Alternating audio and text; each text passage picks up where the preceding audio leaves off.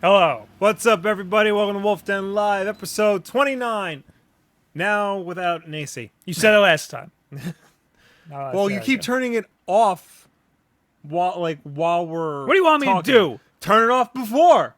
Turn it off during the Sonic and Knuckles music.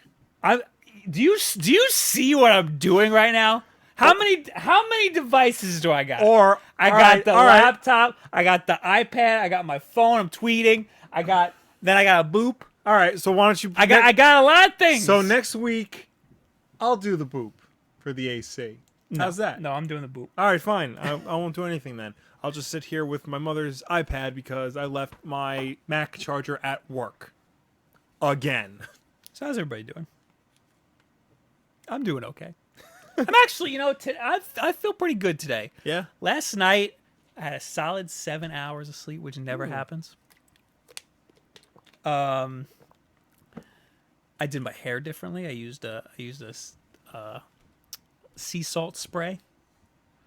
Don't give me that face. That's a weird thing to put in your hair. Sea salt spray. Every time I come out of the ocean, I have to shampoo my hair. You're not bathing in the sea salt spray. You just spritz a little bit. It gives it a nice little waves. And this is like that the episode of Seinfeld when Kramer tries to sell people on a perfume that makes you smell like the beach. And everybody's like, no, because when you come home from the beach, you take a shower so that you don't smell like the beach. No, like people like suntan lotion. Yeah, that's different. That's not diving to the ocean. Yeah. But anyway. Oh, also I had a coffee on the train, like a nice iced coffee, so I didn't sleep on the train on the way home. Nice. So I didn't feel like I just woke up when I got off the train. I get shocked awake every time. Yeah. I feel pretty good. Nice. How about you? How do you feel? Tired. It's a long day. Well, I'm glad that I have enough energy for the both of us. I had to do work in the city, and then I come home, and I don't know if you know this, but I'm engaged. So, we had to go look at wedding venues stuff. Oh, that's what you did? Which is fine, yeah. It's probably a little stressful. Actually, no. This one wasn't stressful. This one was nice. But it does take a lot out of you. Yes, I could imagine. You might notice this big black thing over here. This is my Microsoft Surface, which I never use anymore. Microsoft Surface 2. I have the chat on here. I also have... Oh, wait. I'm supposed to not be using this. Oh, yeah. There we go. Probably looks better now. Okay. So... Oh, shut up, iPad. Lots to talk about. Yeah. First thing we wanted to talk about was that you saw... Ghostbusters. I did. I didn't. I was afraid. I was afraid neither of us saw it. But I saw it last night. Really, last night? Yeah. It's good. It's good. It is good. I was afraid to see it. But I must stress, it is very different from the Ghostbusters that we're used to. It's more in line with modern day comedies and the sensibilities of like that. It's actually got more in common with the Jump Street movies, I would say, than Ghostbusters, because it's that rapid pace, improvisational style humor, whereas in the original it was very laid back and very matter of fact. All the humor in that. It's not a great movie. It's not a perfect movie. The references they put in, with the exception of one, are very obvious. It has that problem that a lot of post-Batman Begins movies have, where they reboot and they go back to the origin, but then they over-explain everything. Like, we learn the origin of their logo, of the car, of the firehouse. So in this universe, there were no Ghostbusters before these women. Correct. Okay. Yeah, these are the first. But other than that, and the ending kind of turns into a CGI fest. But other than that, it's good. It's funny. It works. All the performances are great. Kate McKinnon is excellent in this. Chris Hemsworth, you'll never be able to watch Thor the same way again after seeing this. He is so good. He is good. I was expecting his character to be garbage. No, it is so good. The opposite of sexist. Sexism to the opposite sex. It's funny because there are parts in it where you feel like maybe they were aware of all the gross backlash against it because they probably anticipated there is a scene in it when because like they're posting their stuff to YouTube and Kristen Wiig's reading the comments and she says, "Ain't no bitches busting ghosts." What? That's mean. So there was that, but I recommend it. It does the franchise good. I'm excited to see where it goes now with Ghostbusters 2, whatever they wind up calling it. And I hope this is a long-running franchise because when this movie was coming out, there was the argument from like pro female Ghostbusters people saying like Ghostbusters, it's just one movie. It was never intended to be a franchise. This isn't some sacred cow. But you got to realize, yeah, it may not have been, intended to be a long-running franchise, but now it is. Right. That cartoon, which I'll argue is how we all remember Ghostbusters from. Nope. More so than the movie.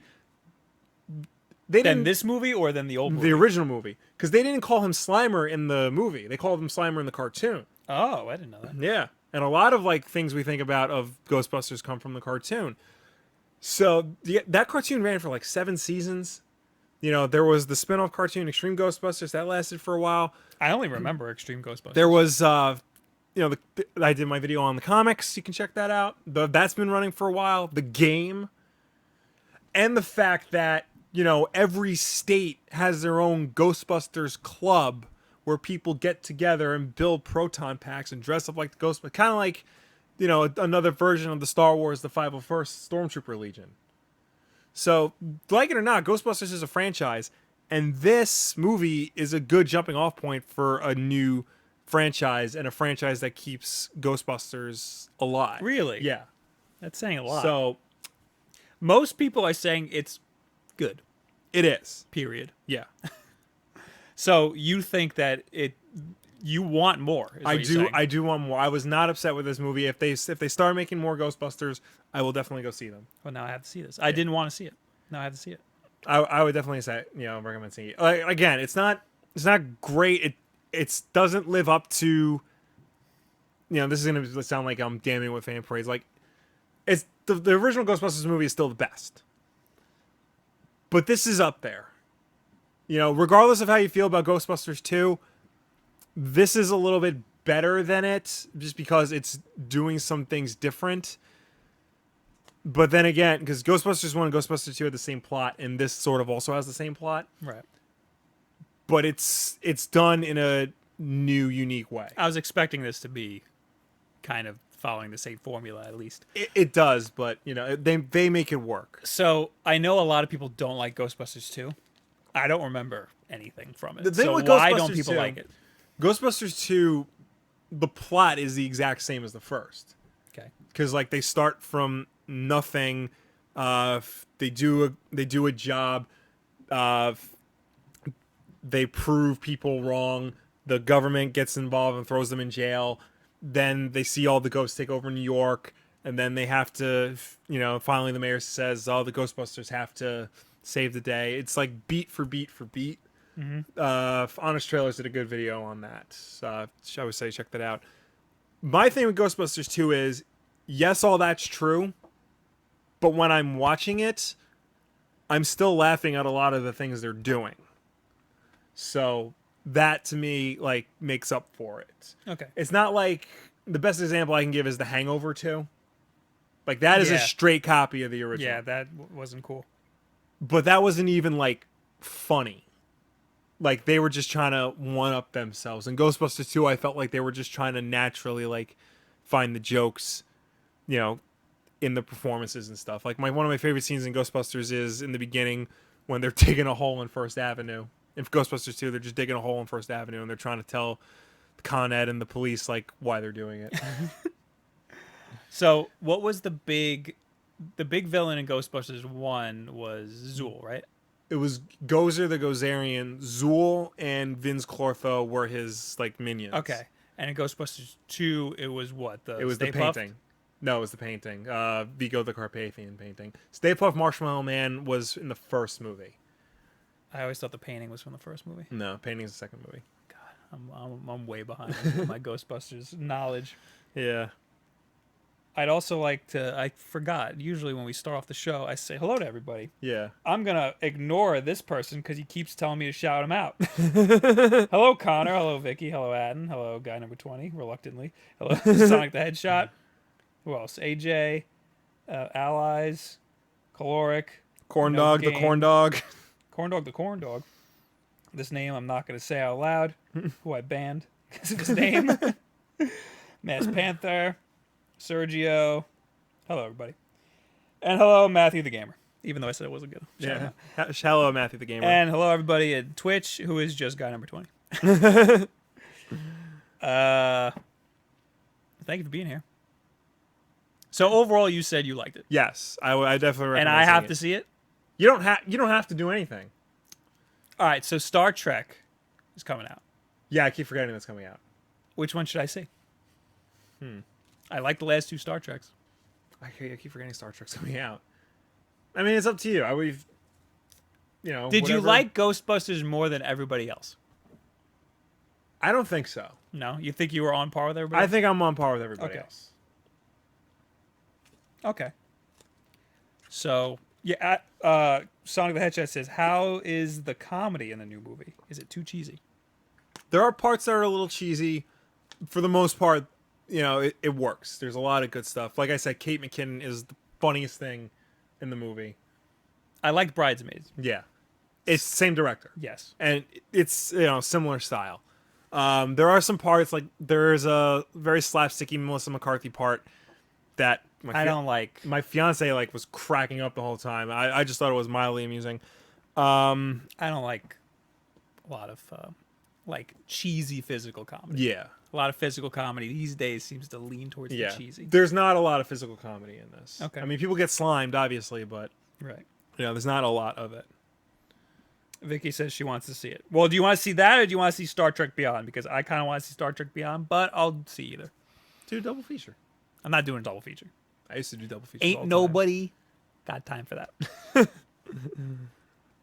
Now the black actress, Leslie Jones. Leslie Jones, who's great in this, has been getting a lot of crap on Twitter.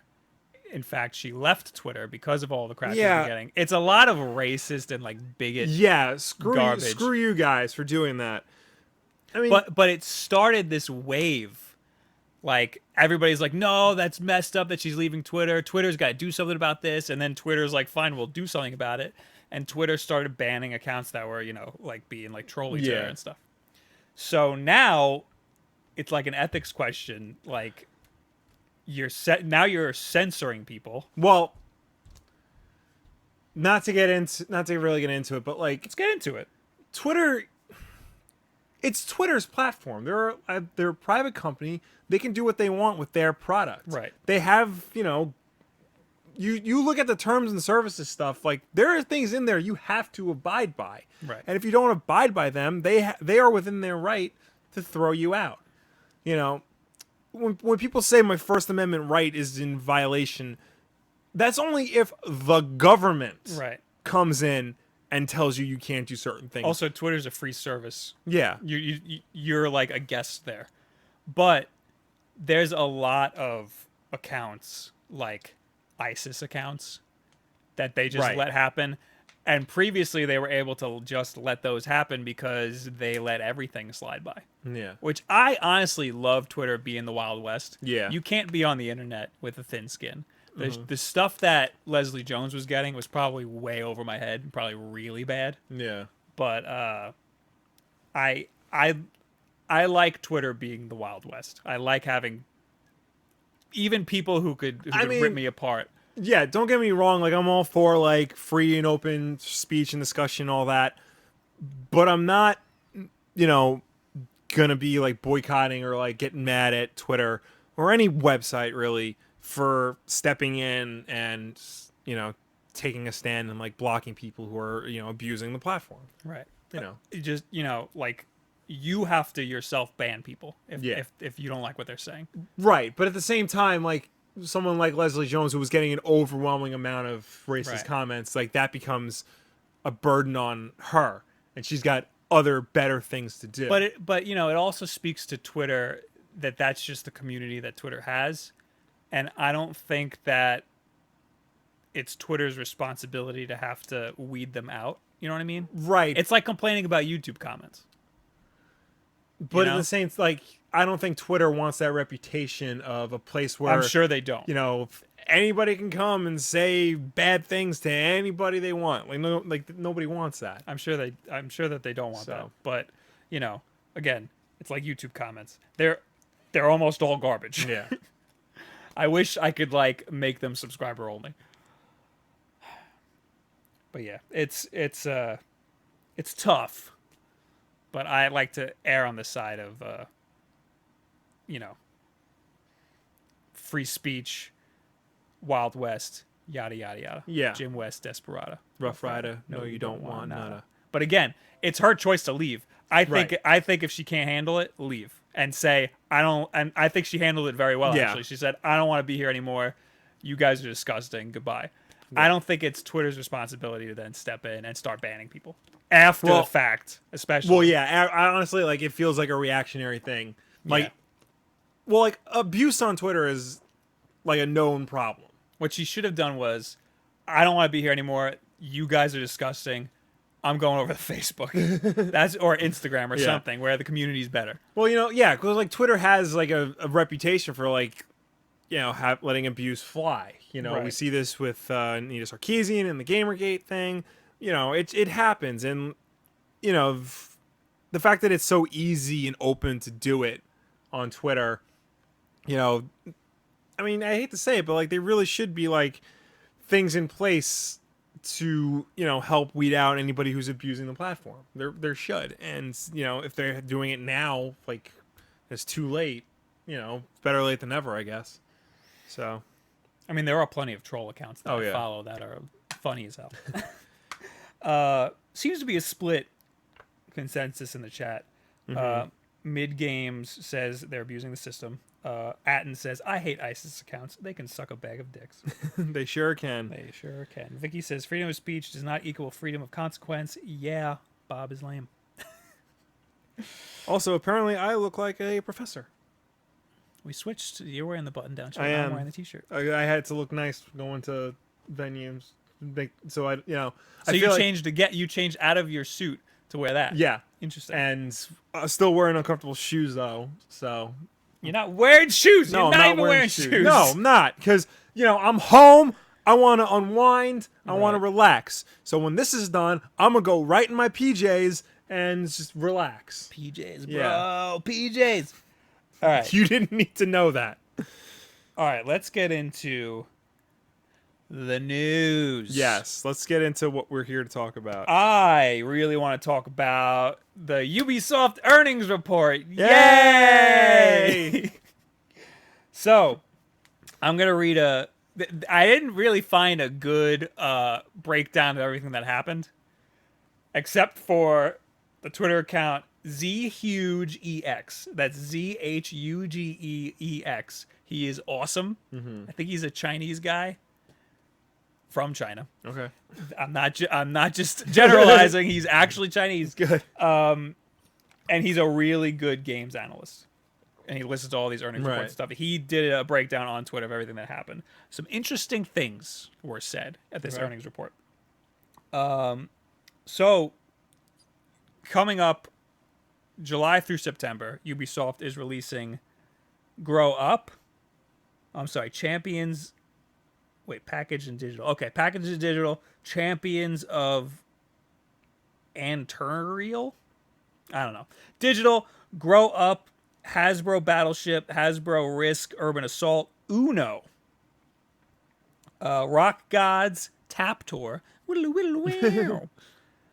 Tom Clancy's The Division Expansion 1, Tom Clancy's The Division Expansion 2. And that's between... That's between July through September, so that's not including Watch Dogs. Blah, blah, blah.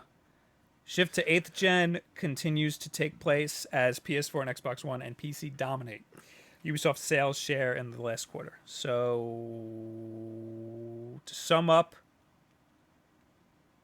quarter one revenue is up 44% year over year. So they're up 44%, which is pretty crazy. Yeah. Oh, and Their back catalog is up 36% year over year. That means nothing really good came out selling the back catalog. The most interesting, I think, is this graph, which I will bring up on the screen. It might take a second. It's Ubisoft's digital sales. 75% of all sales this year Really? have been digital. 75%. 75%, which is ridiculous. Wow. I've never seen something like that. Let me see if I can bring it up on the screen. Desktop. No. Boop. Boop. There we go. So, in first quarter of 2011, there was barely any digital sales. First quarter of 2012, it was about a quarter digital sales versus physical sales. First quarter of 2013, it was about half, which is a huge jump. Yeah. First quarter 2014, it was back down to a quarter. That is because Watch Dogs came out of the first quarter of 2014. Oh, no, it came out out 2014. So, in March, I think. Yeah. So that caused an influx of physical sales. So again, quarter one 2015, half digital physical. Quarter one 2016, 75% digital. I think that's because a lot of old stuff. It's because of a lot of DLC. Yeah. It's because people love digital. And I'm more or less all digital because I just don't want space anymore. I think that's great. Yeah. What else do we got here? Yeah, Watch Dogs. Ubisoft says Watch Dogs was the best-selling new IP at launch in 2014. Has sold over 10 million. They say it was innovative, apparently. 85% of players who played the first game want to play Watch Dogs 2. They said open world at least 4 times during this part. You know how Ubisoft loves their open world. Oh, yeah. So I think we can say that Watch Dogs 2 is going to be massive. Yeah. Especially because people playing the first Watch Dogs are like, this is good, but the second one's going to be better. Yeah, everybody said that. And the second one looks damn good, I have to say. But it does look like generic Ubisoft. Yeah. Ubisoft now talking about Ghost Recon. He's like live tweeting it. Innovative open world, etc. You guys know it by now. Ubisoft talking about For Honor. Remember For Honor? I always forget about For Honor. That game looks good to me. I'm not into medieval, but you said you could play as a samurai. Yes. So I'm going to be playing as a samurai. I'm in. It's a samurai, a knight, and something else I don't remember. A Viking.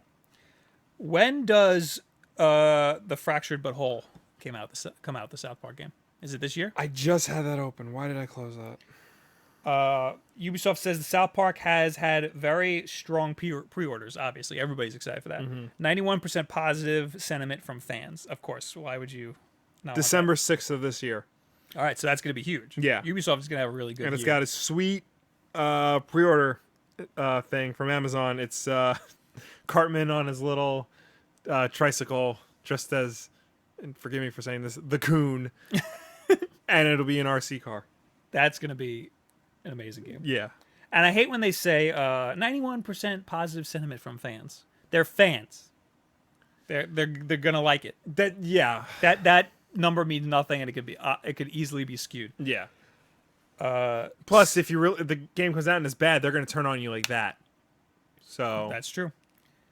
Steep will be released in December. That actually looks pretty good. I'm actually pretty excited about that. Yeah. I hope it's not a full retail release. I hope it's just a digital platform. I think it is a full retail. I think it is too. I was kind of hoping it's like a $30 download or something. Yeah. That just keeps updating like an MMO. Apparently, and this has nothing to do with anything we're talking about, Batman Arkham VR is going to be only $20. Yeah, I heard it's probably going to be really short. Yeah. And people think that the Arkham collection was delayed to include that, so that then it'll be like a $60 purchase plus you get the VR thing, so it's all packaged together. Because I heard that was delayed because they were having a lot of frame rate issues, probably, and a lot of technical issues, and Warner Brothers is like, not again. You know why? Because they ported the entire engine. They're moving it to a whole new end, everything. Yeah, which is dumb, really dumb. There's comparisons on YouTube between regular Arkham City and the updated one, and it looks worse. Yeah, because they messed up all the art direction. Yeah. So I'm glad they're fixing that. Yeah. Where are we now?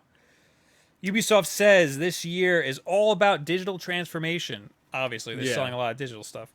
Expanding into new geographic regions. Asia, China is now China, a brand new market for video games. It was previously illegal to have video games in China. Yeah. Now, a whole new market's open. So these video game companies are going to make so much money. Mm-hmm.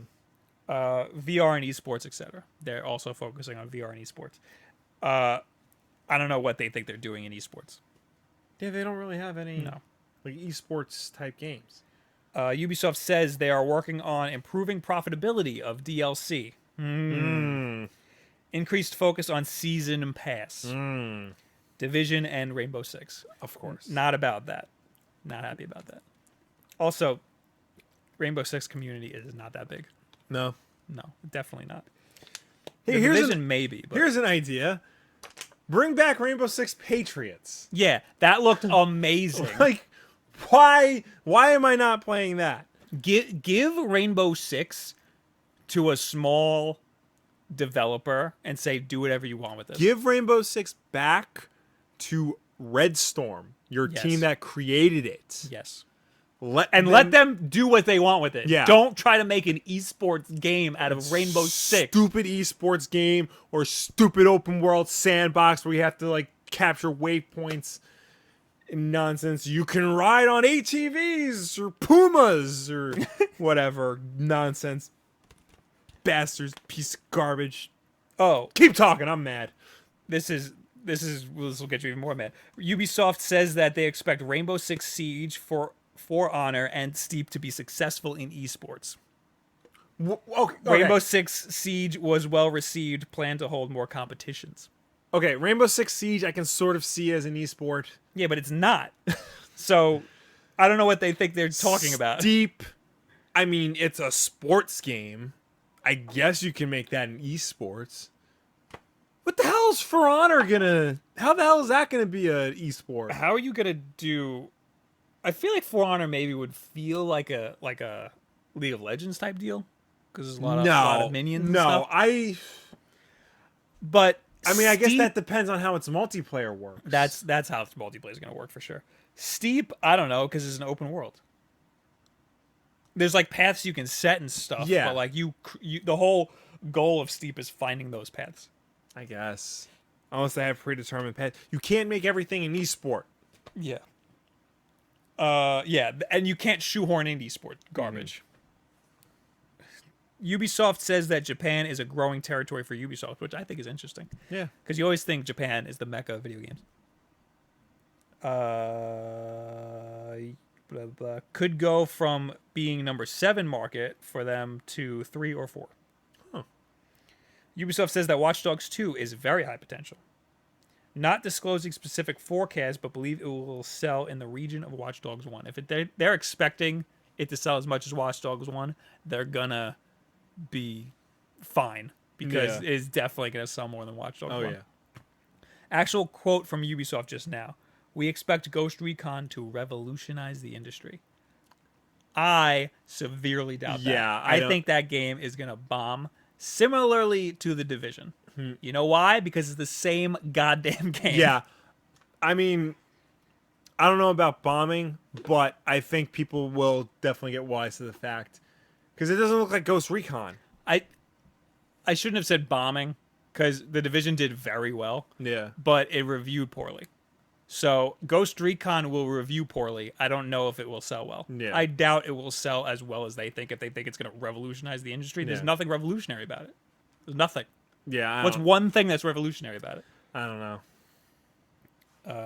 Ubisoft says that their sales in China are split 50-50 PC to console.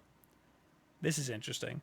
Opposite of Japan, which is 90-10 in favor of console. So 90% console in Japan. Really? Yeah, which is crazy.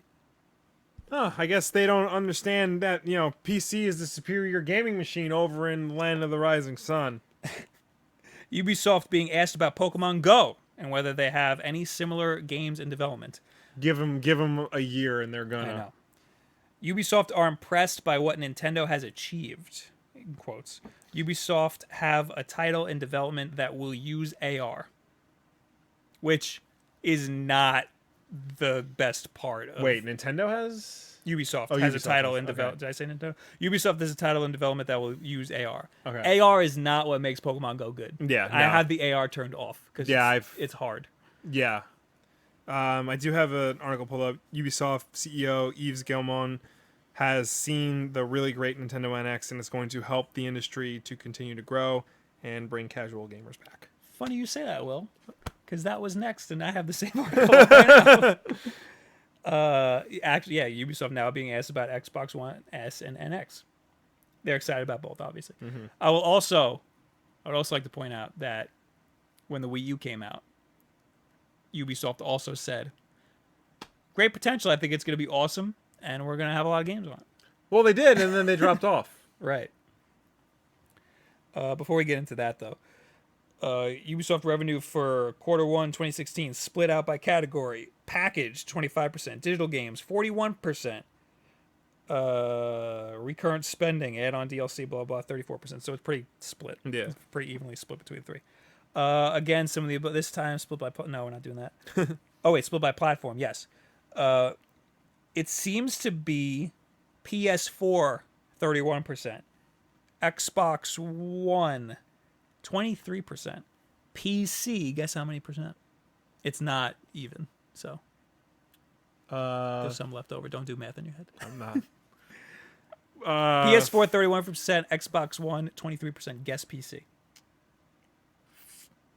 39%. 26%. Really? Less than PS4. Wow. That's pretty crazy. Yeah. I would be really interested to see that metric from Activision and EA. Yeah. Because PS4 wins out on this little master race garbage over here. Blah, blah, blah. Oh, and Xbox also had an earnings call. Nothing exciting happened. Yeah. So this is the quote from Ubisoft before the Wii U came out. Mm-hmm. Speaking at an investor call today, Guillemot, whatever, revealed that his teams will be able to utilize a lot of work done on titles for the current HD consoles when developing for Nintendo's new platform. The platform Nintendo is coming... This is broken English. The platform Nintendo is coming with is really a fantastic platform. We think it will be extremely successful. That was about the Wii U. Okay. And the quote about the NX was, on the NX, what we have seen is really great. So we think having a new machine coming is going to help the industry to continue to grow. There's also a part that was cut off in the. Do you saw the IGN? Hold on, I'll bring it back up. It was like something like, we think it's going to bring in casual gamers again.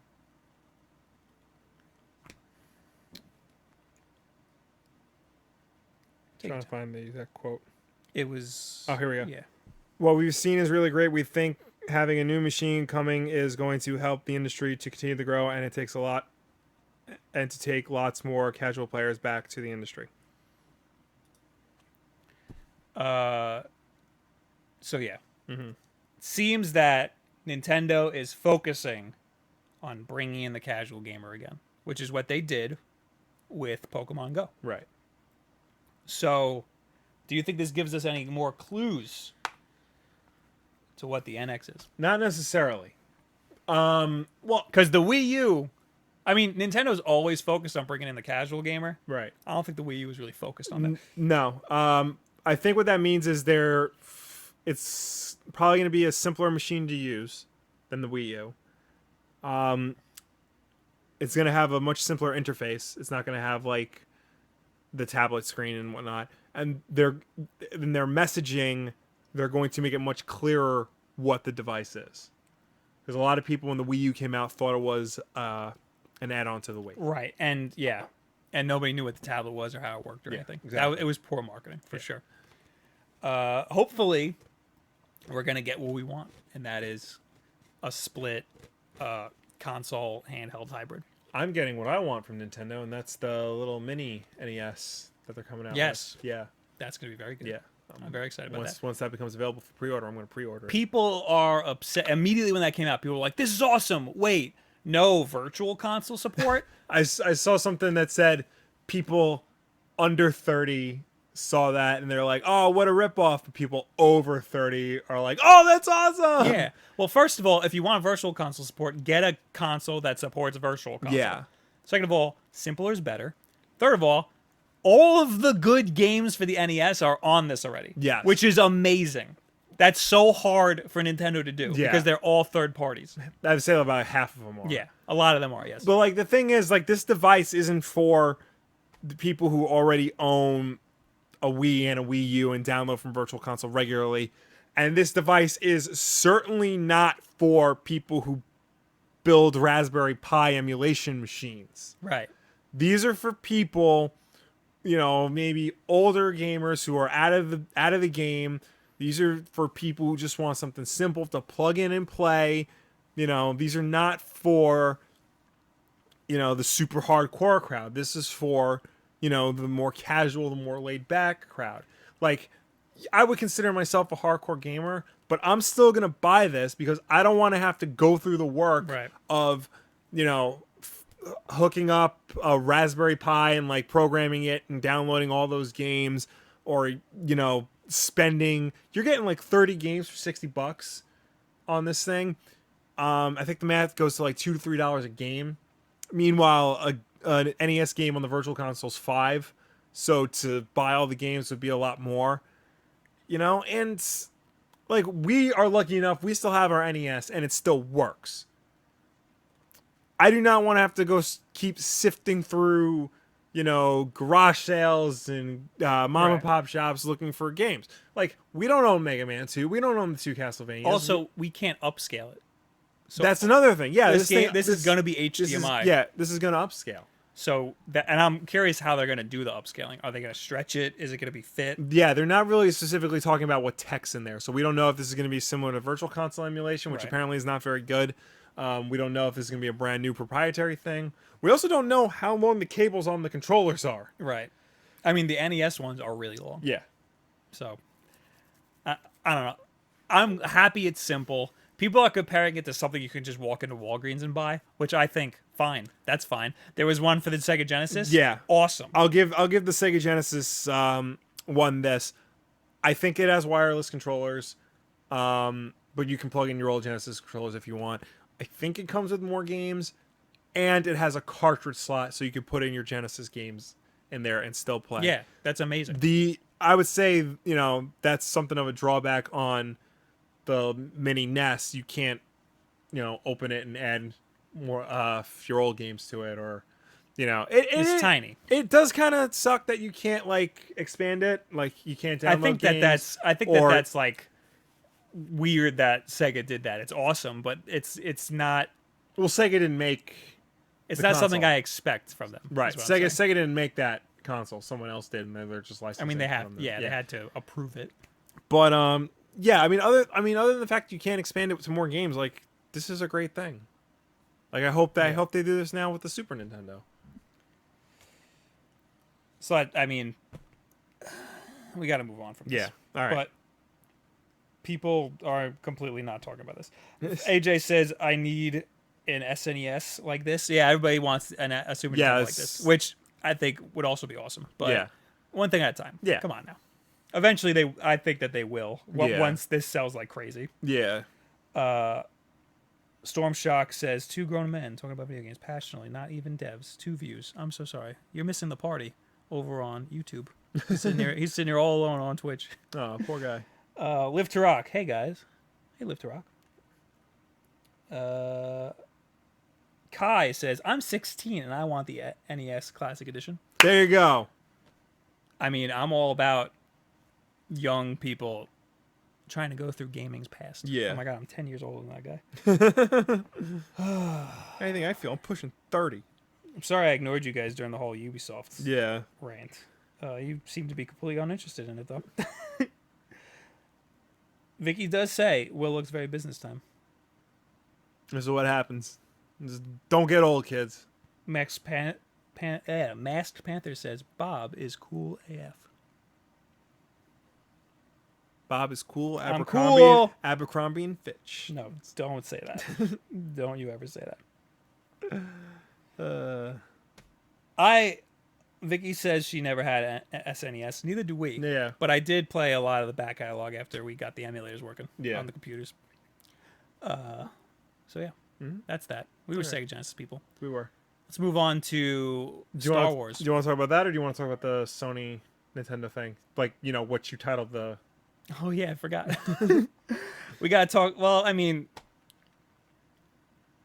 we'll just quickly say that Nintendo is doing really well because of Pokemon Go. Which is surprising because they don't technically own Pokemon. Right. But they own like a very small part. Well, I mean, they own a significant part. Yeah. But and I feel like they had basically nothing to do with Pokemon Go. Oh yeah. But their stocks skyrocketed, and now they are worth more than Sony, which will dip after the storm settles. Yeah. It's not going to stay like that. Now, when they say worth more than Sony, do they mean Sony Computer Entertainment, or do they mean Sony? I was also curious about that, so I dug around through a bunch of different articles. Yeah. And the consensus seems to be Sony's stock value. So that's all of Sony, which is insane. That's insane. Yeah. Nintendo hasn't been worth this much since 2009 when the Wii was out. Wow. And that was their best thing ever. Because the Wii the highest selling, the most selling console, or I think it's like the second or third. Yeah, if it's not the first, I think PlayStation 2 might have been the first. PlayStation 2 is. Okay, so the Wii is like the second. But yeah, think about how many people have a Wii. Like, they have them in old folks' Everybody's homes. got Wiis, yeah. So their stock value being worth that much, especially since they have a failure of a console out right now, the Wii U, that's amazing. And do you think that this will continue? The success will continue with the NX? Because we just talked about how Ubisoft seems to think that the NX is going to bring in more casual gamers. Just like Pokemon Go is. I don't know if it'll have like this level of success. I mean, this is something unseen before. Like, this is literally overnight. Right. $1 billion. I'm not saying this many people are gonna go out and buy an NX, but I think that there's potential that they're gonna get people who don't play video games normally.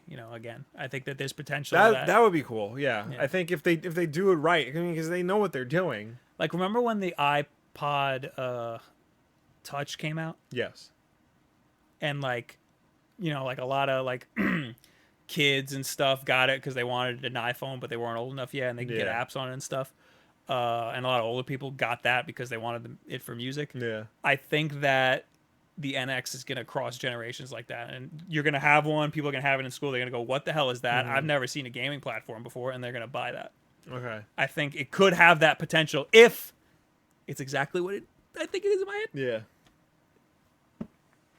So there's potential. It's not going to be Pokemon Go levels of potential. No. But I think that Nintendo could definitely pull themselves out of this rut. Yeah. For sure. Yeah, definitely.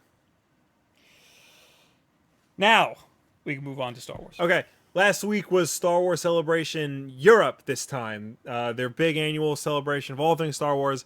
Had it in Europe this year. The big thing was Rogue One. They showed a lot of Rogue One stuff. They unveiled the Jyn Erso Black Series figure, which looks awesome. They showed that really awesome behind the scenes. Yeah, that was awesome. That was incredible. Oh my god, that movie needs to come out. But they also showed the season 3 trailer for Star Wars Rebels. And one, I really need to start watching Rebels. Yeah, that looked insane. Yeah. And two, they revealed like some of the new cast members, including, and this is the big one, Grand Admiral Thrawn. Now, I watched this. It was just the screen, but it had the audience mic'd up in the background, and everybody went nuts when they saw his silhouette, and he didn't even talk yet. And he does not have an iconic silhouette. No. Everybody was like, "Oh my god!" And then like a few seconds went by, and then he spoke, and people were like, "Oh my god!" And then you saw his blue face. And they're like, "Ah!" Now, it was amazing. People who don't know or don't really understand what's going on, Grand Admiral Thrawn was he was a villain from an old Star Wars EU series. It was called the Thrawn Trilogy. It was made up of 3 books by author Timothy Zahn, Heir to the Empire, Dark Force Rising, and The Last Command. Hair to the Empire. Heir to the Empire. Hair, like he's a rabbit. He's a rabbit. Heir to the Empire. He's a rabbit. And he's one of the most famous and iconic characters of the old Star Wars EU. And when Disney came in and wiped it clean, everybody's like saying, "Oh, but what about Mara Jade or Kyle Katarn or Thrawn?" And now through Rebels, they're bringing him back, and they're saying, "Don't worry, this character's not at least this character's not going anywhere." It kind of is, because Thrawn took place after Jedi, the original Thrawn trilogy, and this takes place before New Hope, Rebels. So that's interesting. Makes me wonder what happens to him later on down the line. I don't like there being this many Jedis about at this time. Well, Thrawn's not a Jedi. I know, but they're in Rebels. There are in Rebels. Yeah. There are two. Yeah, I don't like that. Well, they didn't kill because it brings it. There's so much weight in the fact that there's only Obi-Wan and Yoda. Right. There's so much weight in that. Like, they're the only hopes, and they're dying off. Well, I mean, it's understandable that they couldn't kill every Jedi. Yeah. The only ones left are Obi-Wan and Yoda. Yeah. Because they're putting all of their hope in Luke. Why not get this guy who is in Rebels? He's already trained. Because I haven't seen Rebels. I haven't, I don't know what's happening. But I don't think they make it. Right. I don't think they do either. That would be judging awesome. from the trailer, Freddie Prinze Jr.'s character lost his vision, so there you go. All these characters losing their vision. Yeah. Stealing it from the Force Unleashed. Yeah. He looks like the guy from the Force Unleashed. Yeah. Again, another thing. Force Unleashed. Now there's Jedi. There's more Jedis still at the same time period. But the whole point was like Starkiller was killing all those Jedis. Yes. That was the thing. But he still had his own. That there was the blind guy. Yeah. Okay. Yeah. I mean, people are just gonna be Force sensitive. It doesn't. They're gonna exist. Well, he was a Jedi. Yeah. In that. In this, all the blind people are Force sensitive. Yeah. So what I think is cool about Thrawn is he's voiced by Lars Mikkelsen, who is the brother of Mads Mikkelsen, who's starring in Rogue One. That's pretty cool. I think that's cool. Now, is this going to bring Heir to the Empire into canon, or are they going to have to redo it? No, I don't think they're going to... I think there is a new book coming out. There's a couple of new books. With Thrawn. Yes. It's written by Timothy Zahn, his creator. Oh, okay. So they'll probably just redo it.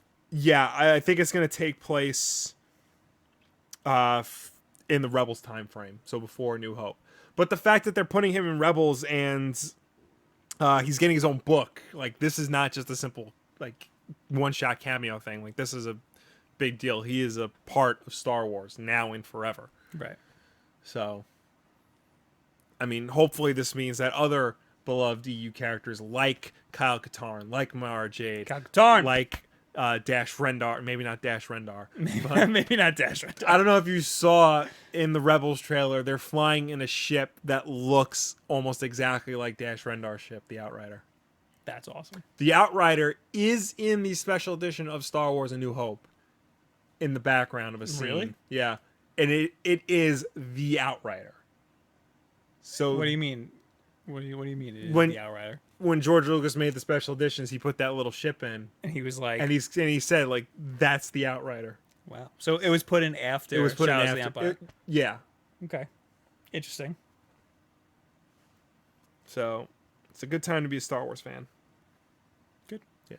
I mean, the article I read was saying that Thrawn is possibly one of the best written villains of all time ever. I haven't read the Thrawn trilogy in a long time, but I remember when, like, I did read, I remember him being just very, like, emotionless and cold. So, like, I don't want to say, like, Mr. Freeze, but, like, cold. Yeah, very cold. Just to the touch. Are people excited? People like my Heir to the Empire joke? Yeah.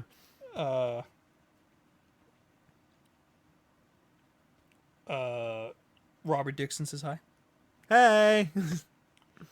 Who else is here? Oh wait. Even Yoda was this is Beauregard. Even Yoda was convenient writing since they killed off Obi-Wan. They've been adding Jedi since 1980. Fair enough. It's true. But even then, he was like old and dying. Mm-hmm. So like, that Yoda's not going to do anything to save the galaxy. And then all of a sudden in the prequels, they're like, let him do backflips.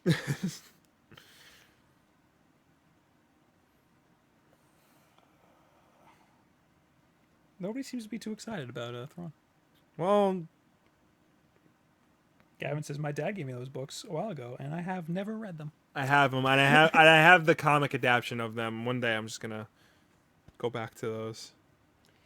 Did you have another topic? We No. gotta wrap this up. Not really. I guess this is like things. Apparently, Robin is gonna look like Carrie Kelly in the Lego Batman movie, which is weird because Carrie Kelly is the girl from Dark Knight Returns. Yes. Which is weird because Robin is voiced by Michael Cera. That's awesome. So yeah, I thought. Oh wait. Oh, so Robin is confirmed to be Dick Grayson. But he just looks like. Yeah, he's got the glasses and the orange hair. That's very bizarre. That is very bizarre. That's not orange hair. That's like It's just light hair. Well, Dick's got black hair. Right. So Interesting. there's that. And I don't know if you want to talk about the Raw and SmackDown draft. Probably not. Definitely not. But okay. you can go through it if you want. Nah, nah, there's not really anything notable that you care about?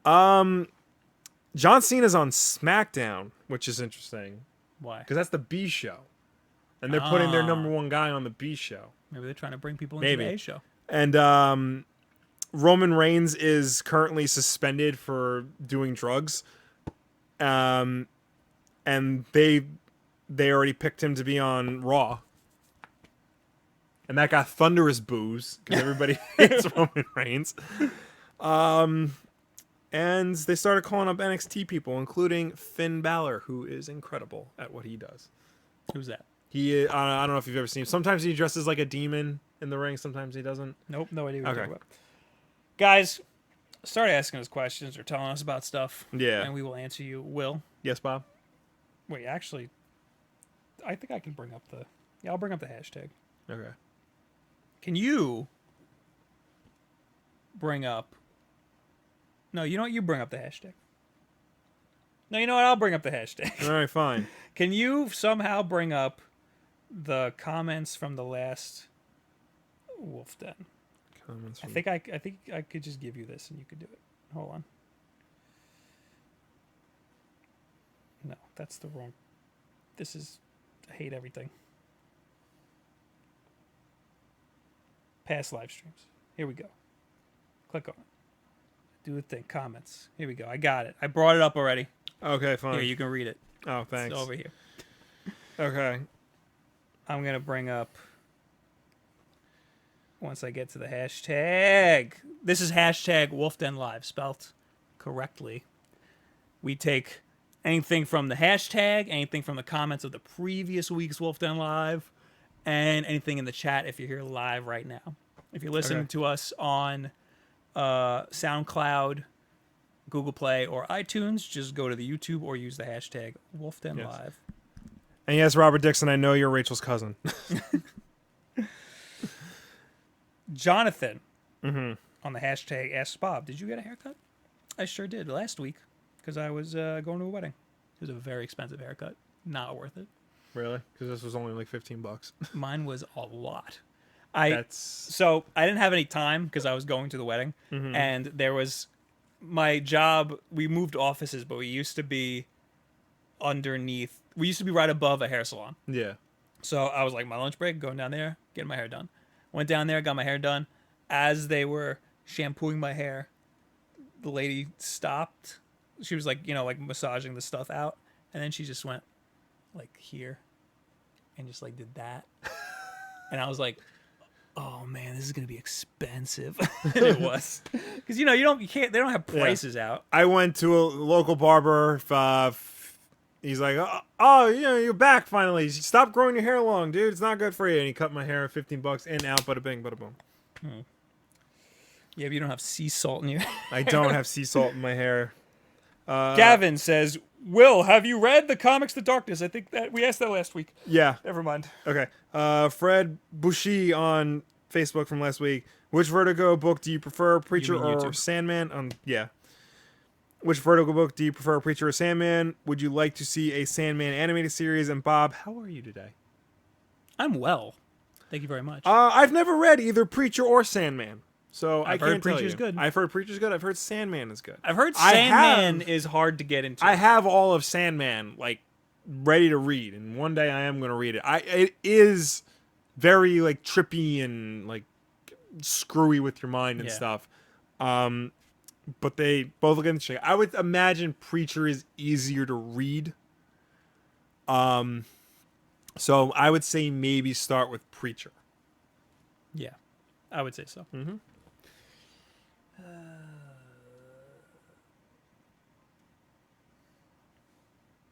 Common Boy says a video on your favorite runs would be awesome. I don't know what that means. Runs of comics. Oh, okay. Yeah, I mean, I usually, check the recommended comics playlist. Those are some of my favorites.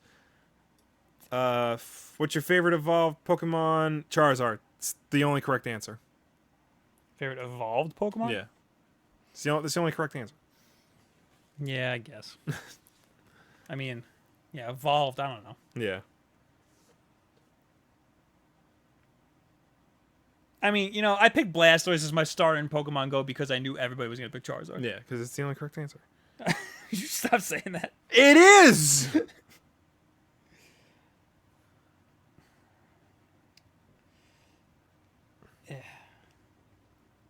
What is this? Come on, give me the chat. Common Boy. Hey, Will, is Pokemon Go the anti-life equation is Niantic run by Darkseid? No, but I wouldn't be surprised if it was a division of LexCorp, and they're slowly stealing your data so that they can find out who Superman really is. For those of you in the Twitch chat, I am reading the Twitch chat. It's just that there's a lot more people in the YouTube chat. Like, if you have anything to say, I will read it.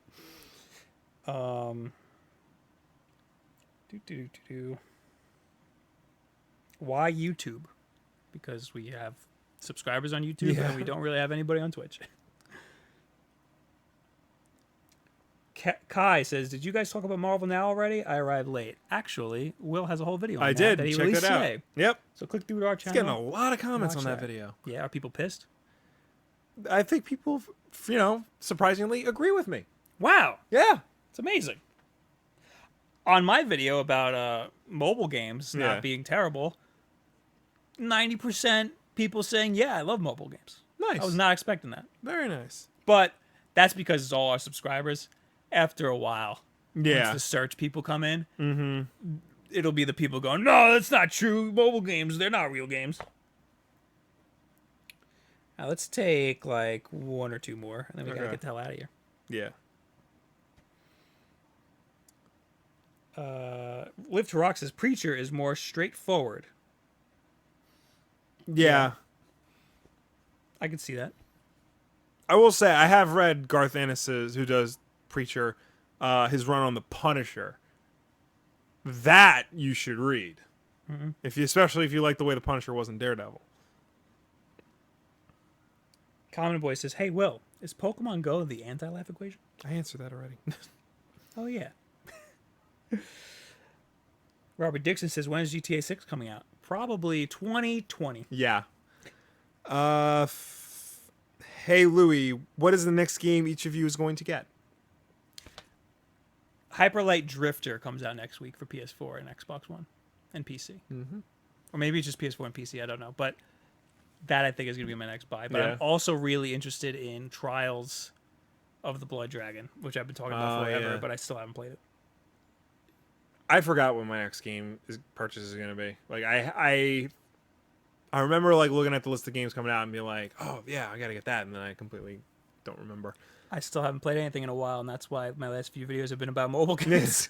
I'm still trying to get. I'm still playing Doom. It's very long, and it's hard. It's like surprisingly difficult. I am still trying to get through Uncharted. Really? I haven't I played it once like 2 weeks ago for like an hour, and I was like, man. All right, we got to get the hell out of here. Yeah. Thanks for being here, guys. Thanks for coming by. Thanks for hanging out with us Thanks and all for that. talking. Real quick, I know last week I said that this Sunday I'm going to do live commentary for Battlegrounds, WWE Battlegrounds. I don't know if I am anymore because the guy I was going to do it with can't make it. So we'll see.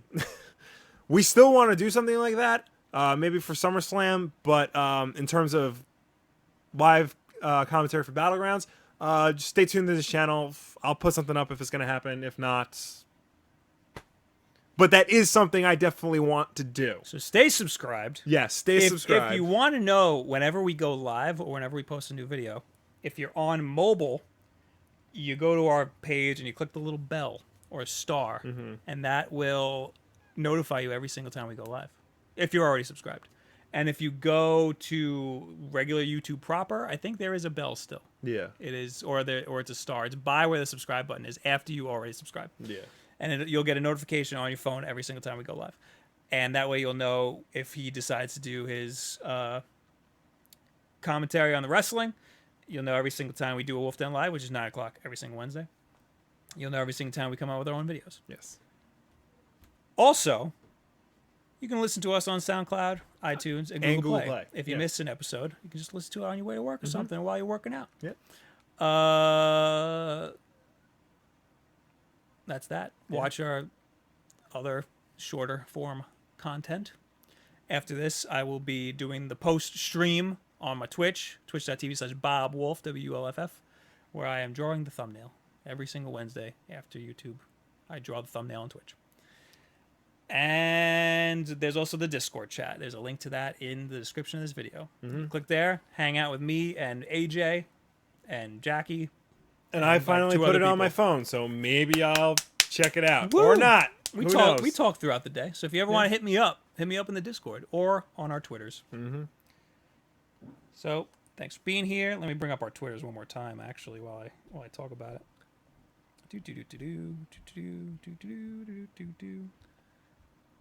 And if you're listening to the podcast, it is I am at Will Wolf, damn it, and he is at Bob Wolf. Yes, WULFF. Yes, make sure you spell it WULFF. Oh, and I'm supposed to check. Keep forgetting to do this. Thank you for following Who Ain'ts and Domain. I think is your name, Do-Man? I don't know. This is on Twitch. RX Candy and Duck Hand 2. Thank you for following. Oh, and Master King. Thank you for following. So we'll see you guys later. Yep. Bye.